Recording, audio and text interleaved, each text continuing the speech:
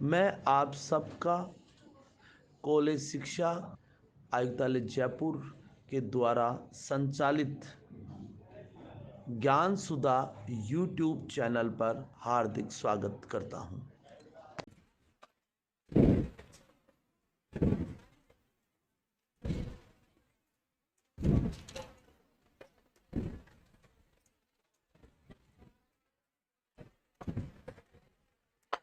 आइए साहब, अब हेडिंग लगा लीजिए ऊजेनेसिस।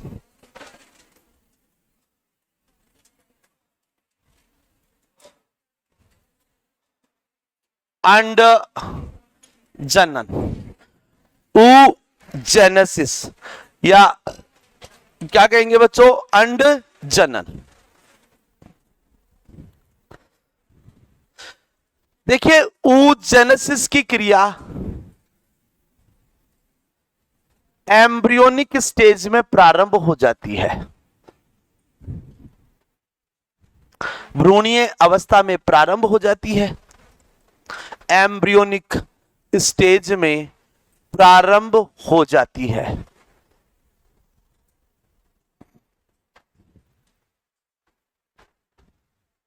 लिख लिया बच्चों, कहां पर कब प्रारंभ हो जाती है? एम्ब्रियोनिक स्टेज में प्रारंभ हो जाती है। फिर डैशला लिखेंगे, एक ह्यूमन फीमेल में एक ह्यूमन फीमेल में एक ह्यूमन फीमेल में कुल 4 लाख अंडे बनते हैं। उसके जीवन में कितने अंडे बनते हैं? 4 लाख अंडे बनते हैं। कितने अंडे बनते हैं बच्चों? 4 लाख अंडे बनते हैं। परंतु केवल 400 अंडे ही मुक्त होते हैं। परंतु केवल 400 अंडे ही मुक्त होते हैं। उसके जीवन काल में अंडे कितने बनते हैं? 4 लाख। रिलीज कितने होते हैं? केवल 400। कितने होते हैं? केवल 400।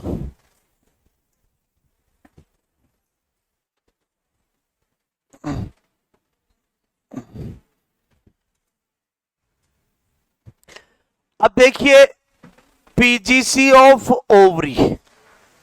एक और चीज, ये जो पीजीसी है ये पीसीज में और एम्फीबिया के अंदर, तो ये बच्चों किसकी बनी होती है? मीजोडर्म की। और राम, रेप्टिलिया, एवीज और मैमेलिया में ये बच्चों किसकी बनी होती है? ये बनी होती है एंडोडर्म की बनी होती है। किसकी बनी होती है? एंडोडर्म की बनी होती है। अब ओवरी के अंदर यहां पर भी मियोसिस होगा, अर्धसूत्री विभाजन होगा पीजीसी कोशिकाओं में, और क्या बनेगा? ओवम बनेगा। ओवम कैसा होता है? हैप्लॉइड। तो देखिए, अंडाशय की पीजीसी कोशिकाओं से अंडाणु का बनना क्या कहलाता है बच्चों? oogenesis कहलाता है। क्या कहलाता है? oogenesis कहलाता है। तो अर्धसूत्री विभाजन हुआ। यहां पर आप लोग बताएंगे विटामिन ए और विटामिन ई की आवश्यकता पड़ती है, हार्मोन एफएसएच और कौन सा चाहिए? एलएच। इस पूरी प्रक्रिया को हम क्या बोलते हैं? ऊजेनेसिस कहते हैं। क्या बोलते हैं बच्चों? इसको ऊजेनेसिस कहते हैं। इस प्रक्रिया को क्या बोलेंगे? ऊजेनेसिस कहते हैं। अंडाशय की पीजीसी कोशिकाओं में अर्धसूत्री विभाजन होने से अंडाणु का निर्माण होता है। अंडाणु के निर्माण की प्रक्रिया को क्या बोलते हैं? ऊजेनेसिस कहते हैं। क्या बोलते हैं बच्चों? अंड जनन कहते हैं। हार्मोन कौन सा काम आएगा? एफएसएच और एलएच। विटामिन क्या काम आएगा? ए और ई। आगे चले,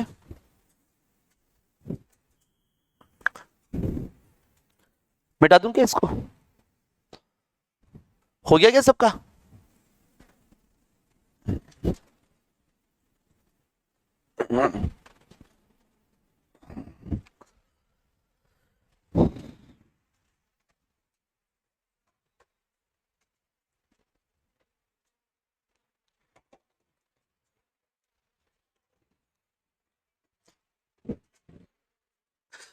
अब देखिए बच्चों, oogenesis, अंड जनन में भी वही आपकी 3 स्टेप्स,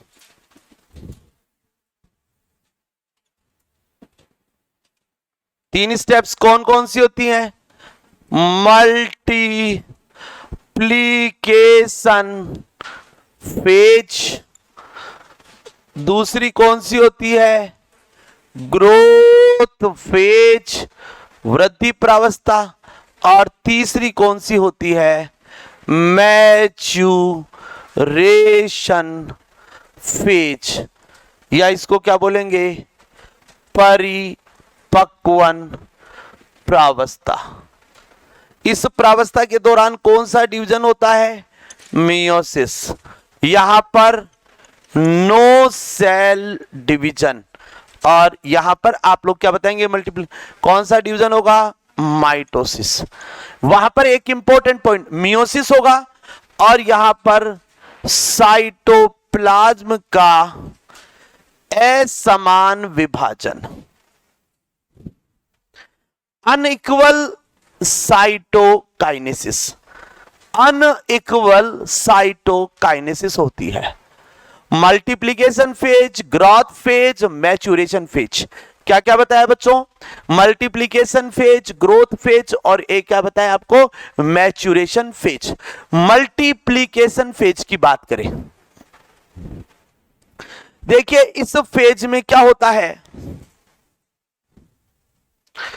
ये बच्चों कौन सी सेल्स हैं? ये पीजीसी ऑफ ओवरी, ये अंडाशय की पीजीसी कोशिका है। क्या है बच्चों? ये पीजीसी ऑफ ओवरी, अंडाशय की क्या है बच्चों? ये पीजीसी सेल है। बात आ गई समझ में? अब ये जो अंडाशय की पीजीसी सेल है, इन पीजीसी सेल में यहां पर आप लोग बताएंगे कौन सा डिवीजन होगा? माइटोसिस होगा। माइटोसिस होने से बच्चों यहां पर 1 से 2, 2 से 4, यहां पर किसका निर्माण होगा? गोनिया का निर्माण होगा। किसका निर्माण होगा? ऊगोनिया। और एक वचन क्या कहलाएगा? ऊगोनियम। एक क्या कहलाता है? ऊगोनियम।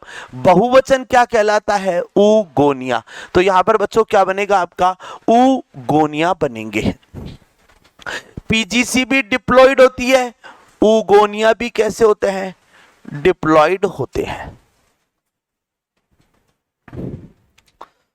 अब क्या होगा?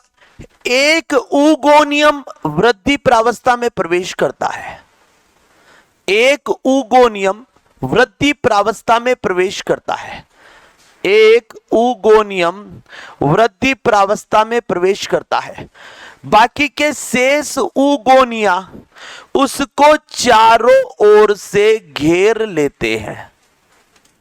एक ऊगोनियम वृद्धि प्रावस्था में प्रवेश करता है और बाकी के शेष ऊगोनिया उसको चारों ओर से घेर लेते हैं। ये जो स्ट्रक्चर बनती है इसको बोलते हैं ओविजीरस कोड। क्या बोलते हैं बच्चों? अंडवाही रज्जु कहते हैं। और ये रिमेनिंग जो ऊगोनिया है इनको बोलते हैं नर्स सेल्स या पुटक कोशिकाएं, या इन्हीं को बोलते हैं बच्चों फॉलिकल सेल्स। और ये कहलाएगा डेवलपिंग ऊगोनियम। ये क्या कहलाएगा बच्चों? वृद्धिशील ऊगोनियम कहलाता है। ये क्या कहलाता है? वृद्धिशील ऊगोनियम। मैं टेक्स्ट में लिखवा दूंगा अभी थोड़ी देर में।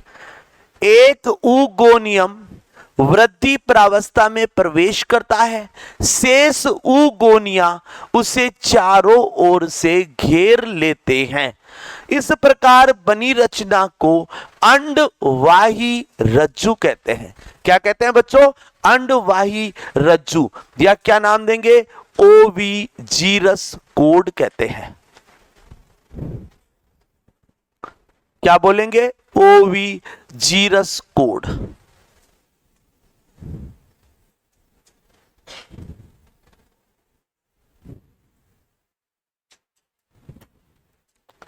लिख लिया। अब क्या होगा, यहां पर ये जो सेल है, ये बच्चों यहां पर क्या करेगी, मैं इसको अलग से बना देता हूं। ये सबको समझ में आ गया मल्टीप्लीकेशन फेज?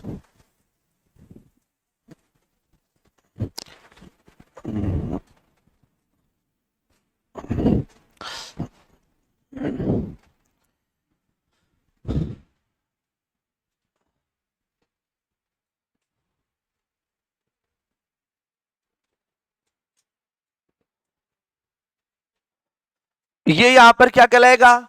Developing oogonium. क्या कहलाएगा? ये डेवलपिंग ऊगोनियम कहलाता है। क्या कहलाता है बच्चों? डेवलपिंग ऊगोनियम कहलाता है। अब यहां पर ये क्या करेगा? क्या लेगा बच्चों? न्यूट्रिशन लेगा। क्या लेगा? ये न्यूट्रिशन लेगा। क्या लेगा बच्चों? पोषण लेगा। Take nutrition. और यहां पर क्या होगा? ग्रोथ फेज चलेगी। और यहां पर ये जो ग्रोथ फेज है, ये लंबे अंतराल तक चलती है, लॉन्ग ड्यूरेशन।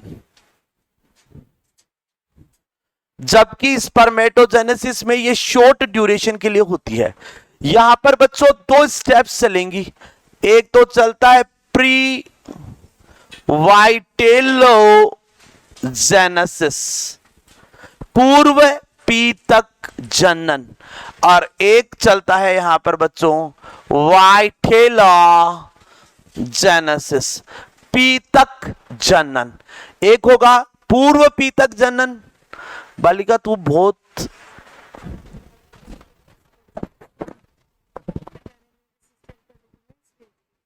हाँ भेज दे, कोई बात नहीं। मैं ये कह रहा हूं कि तूने गोते बहुत लगा दिए हैं, अब मैं तेरे को उठाकर फेंकने के मूड में हूं। अब तू गोते मत लगाना आगे।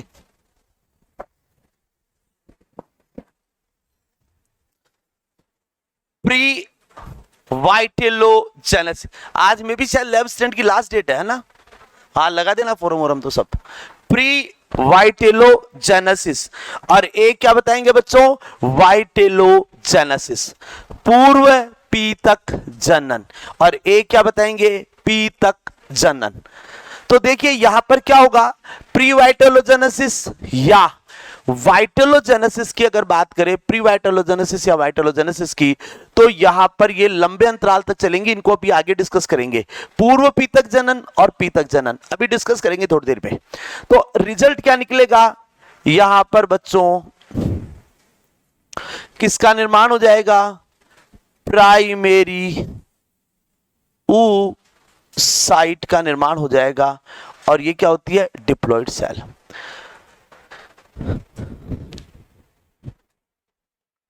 ये क्या होती है? डिप्लॉयड सेल होती है।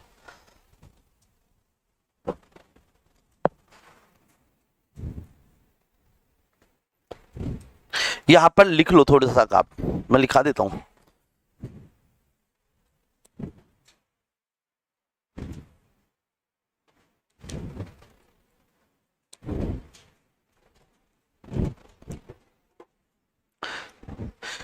लिखिए एक ऊगोनियम, लिख लो एक ऊगोनियम,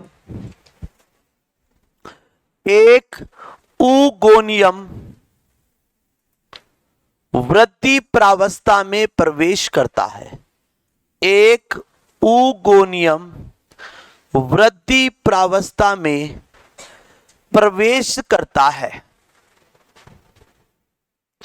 एक ऊगोनियम वृद्धि प्रावस्था में प्रवेश करता है तथा शेष ऊगोनिया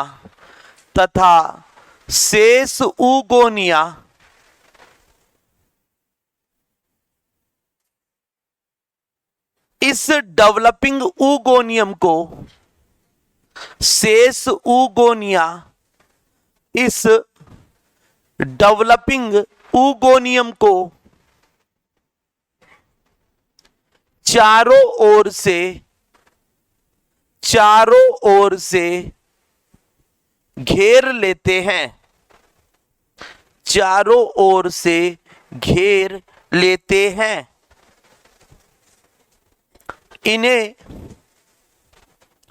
इन्हें फॉलिकल सेल्स, इन्हें फॉलिकल सेल्स, पुटक कोशिकाएं या नर्स सेल्स कहते हैं। नर्स कोशिकाएं, पुटक कोशिकाएं या नर्स कोशिकाएं कहते हैं। फॉलिकल सेल्स या क्या बोलेंगे बच्चों इनको? नर्स सेल्स कहते हैं। लिख लिया? क्या लिखा?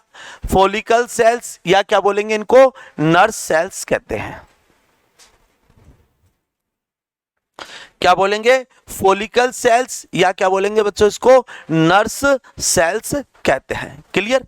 फिर उसके बाद में आगे लिखेंगे, ये सेल्स डेवलपिंग oogonia को पोषण प्रदान करती हैं। ये सेल्स डेवलपिंग oogonia को, ये सेल्स डेवलपिंग oogonia को, ये सेल्स डेवलपिंग oogonia को पोषण प्रदान करती हैं, जिसके कारण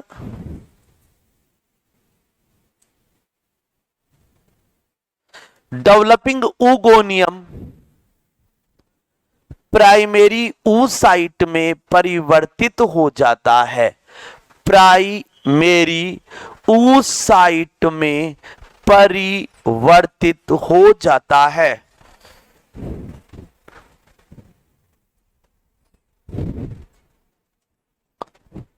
परिवर्तित हो जाता है। लिखो,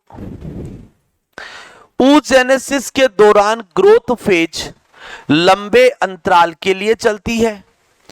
oogenesis के दौरान ग्रोथ फेज लंबे अंतराल के लिए चलती है।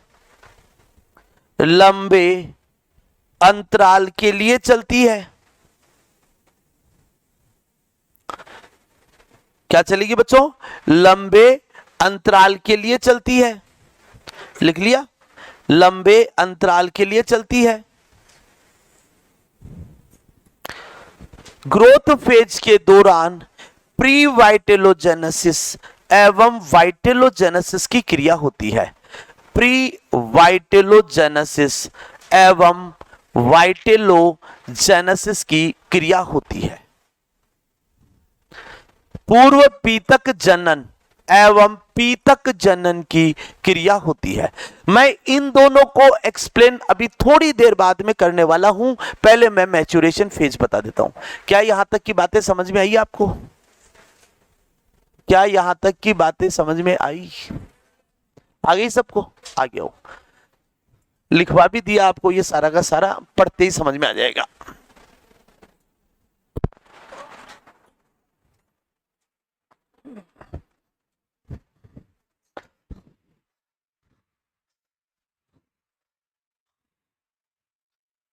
आप में कितने स्टूडेंट थे जिनको ये पार्ट टफ लग रहा था? ये आपको एक खाली अकेले को, बाकी सबको इजी लग रहा था? ये है इतना सरल है?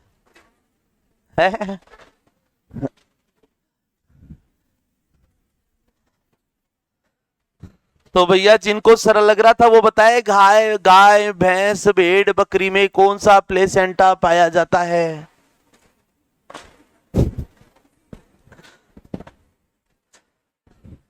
चलो 6 बैरियर्स के नाम बता दो, मैं समझ जाऊंगा कि आपको आता है। चलो जी, सोमेटोप्लूर और स्प्लैंक्टोप्लूर में क्या डिफरेंस होता है?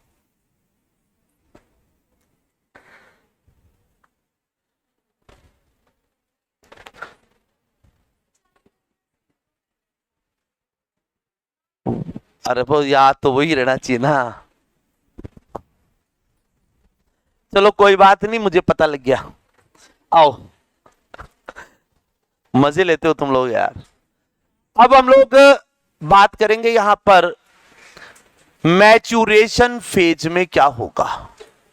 मैच्यूरेशन फेज, परिपक्वन प्रावस्था। देखिए बच्चों, ये है प्राइमरी oocyte, प्राथमिक oocyte, प्राइमरी oocyte।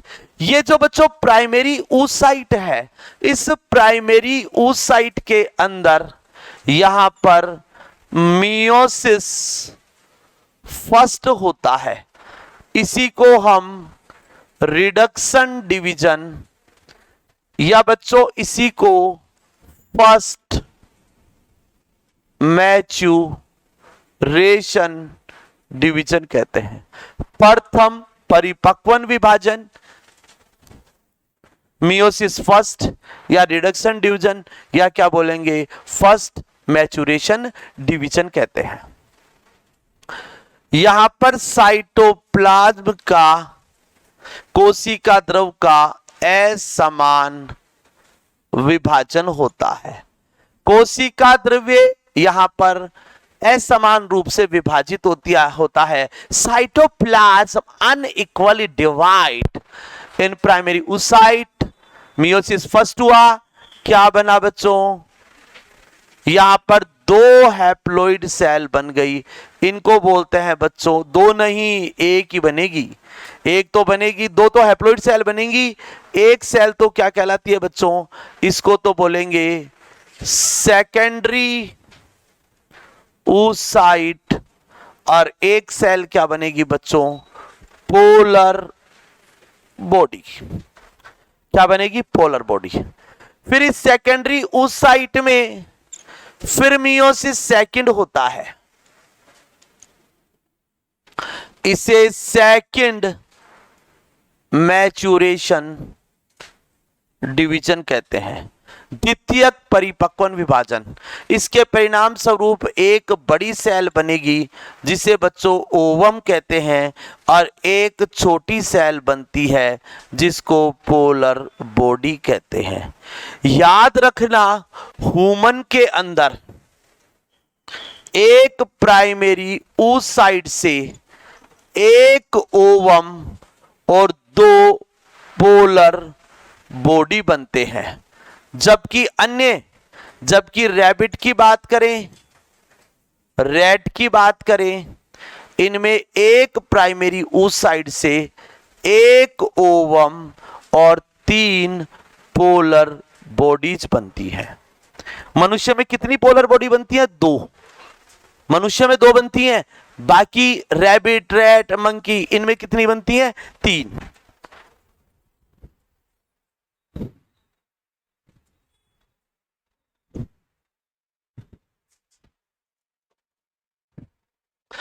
ओवम कैसा होता है, ओवम हैप्लॉइड होता है। कैसा होता है बच्चों, गुणित होता है, हैप्लॉइड होता है। कैसा होता है, नॉन मोटाइल होता है, लार्ज इन साइज, आकार में बड़ा, लेस इन नंबर, संख्या में कम, और निषेचन करने में सक्षम।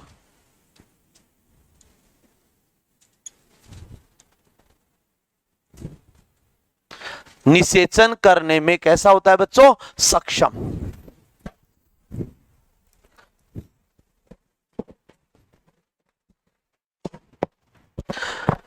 तो यहां पर अगर देखें, कोशिका द्रव्य का असमान विभाजन हो गया, जिसके कारण यहां पर एक तो द्वितीयक अंड कोशिका बन गई, एक यहां पर ध्रुवकाय बन गया।